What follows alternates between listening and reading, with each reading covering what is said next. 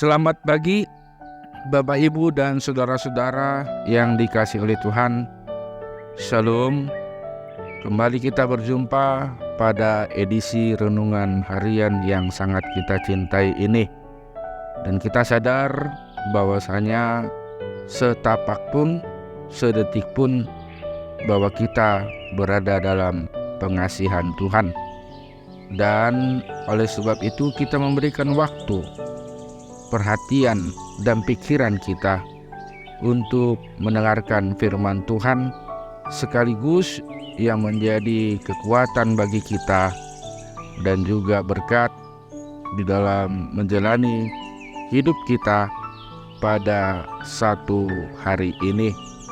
Dan sebelum kita mendengarkan firman Tuhan, ada baiknya kita berdoa.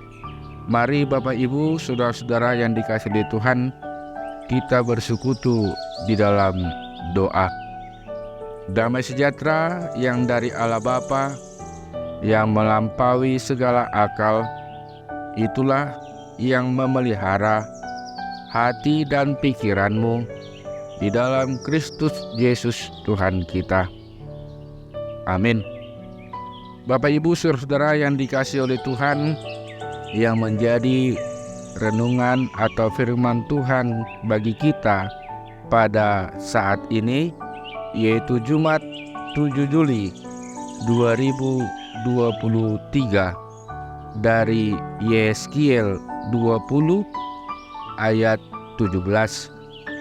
Tetapi aku merasa sayang melihat mereka, sehingga aku tidak membinasakannya dan tidak menghabisinya di padang gurun. Ezekiel 20 ayat 10 itu, alai marpangula hido rohaku mida nasida, ubahen somago nasida, jala dangsun siap nasida, ubahen di halongonan.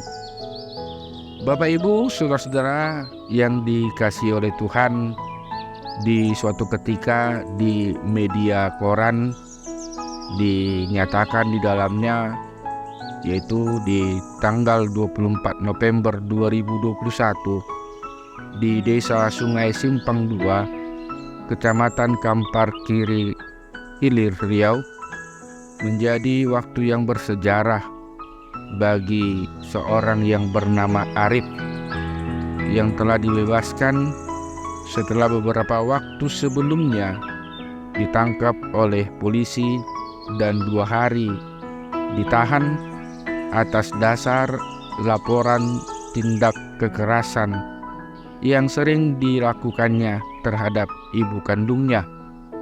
Pembebasan hukuman tersebut karena kasih seorang ibu yang mau memaafkan kesalahan anaknya dan kasih ibu yang tidak tega melihat kondisi anaknya yang ada di dalam hukuman. Semua yang dilakukan oleh ibu tersebut terhadap anaknya hanyalah berdasar pada kasih dan cinta. Peristiwa tersebut hampir sama atau senada dengan firman Tuhan yang kita dengarkan pada saat ini, di mana firman Tuhan yang kita dengarkan berisikan tentang hukuman dan kasih Allah dalam sejarah Israel. Perjalanan bangsa Israel dalam hubungannya bersama dengan Tuhan Allah selalu memiliki pasang surut, dan firman hari ini mengingatkan kembali tentang pemberontakan dan hati yang keras orang Yehuda, sehingga berita penghakiman disampaikan sebelum kehancuran Yerusalem. Hal ini juga mungkin dan bisa dikatakan menjadi peringatan supaya manusia tidak melupakan kasih setia Tuhan dalam kehidupan kita. Bila kita membaca dari mulai ayat 1 sampai dengan 16, maka terpatri, tersirat, tertulis di dalamnya, yaitu banyak kisah pemberontakan yang dilakukan oleh bangsa Yehuda terhadap Allah, dan seharusnya bangsa Yehuda menerima hukuman dan dihancurkan. Hal ini sangat kental dengan paham teologi Deuteronomis, yaitu di mana kepatuhan kepada Allah mendatangkan berkat dan kasih Allah, namun pemberontakan terhadap Allah mendapatkan suatu hukuman. Dan bila kita cermati, ternyata di ayat 17, yaitu firman Tuhan kita pada saat ini, merupakan kesimpulan dari semua kesalahan dan pelanggaran manusia itu, di mana berakhir penyataan daripada Allah yang menyatakan kasih-Nya kepada bangsanya, kepada umatnya. Allah sayang dan tidak membinasakan bangsa Yehuda. Begitu juga Allah mengasihi manusia berdosa sampai saat ini.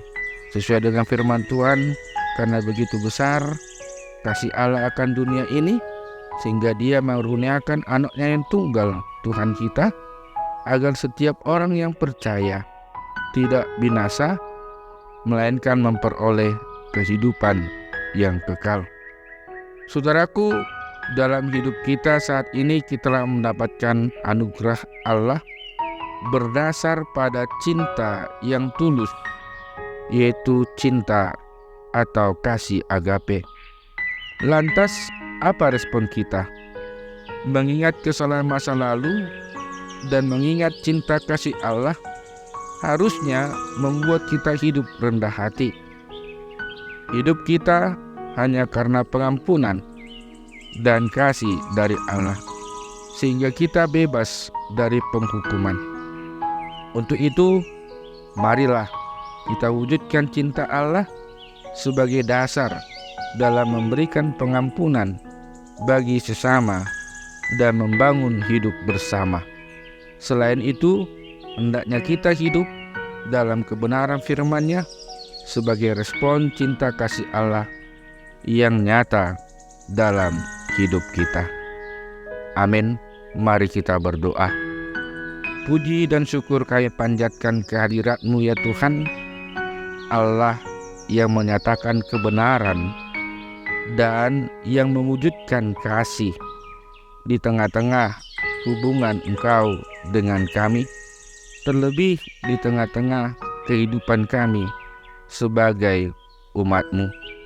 Benar Tuhan, terkadang kami adalah manusia yang senantiasa jauh dari kebenaran-Mu, dan seringkali ya Tuhan, kami untuk mendapatkan hukuman daripada-Mu. Namun firman-Mu ya Tuhan justru terbalik dan menyatakan kasih-Mu, menyatakan penyertaan-Mu di dalam kehidupan kami. Oleh sebab itu, di dalam menjalani hari-hari kami pada satu hari ini, kiranya Tuhan yang menganugerahkan Roh Kudus-Mu agar dapat kami mengingat akan kebenaran-Mu, akan firman-Mu, sehingga kami dapat senantiasa melakukan yang sesuai dengan kehendak Tuhan. Ajarlah kami untuk mengasihi Engkau. Ajarlah kami untuk mengasihi sesama kami, dan menjauhkan kami dari segala kesalahan, dan juga menyatakan pengampunan bagi sesama kami. Untuk itu ajarlah kami untuk memakai waktu yang Tuhan berikan kepada kami, dan jauhkan kami dari segala mara bahaya. Terima kasih Tuhan, doa kami ini kami panjatkan hanya di dalam nama Tuhan Yesus Kristus Tuhan kami. Amin.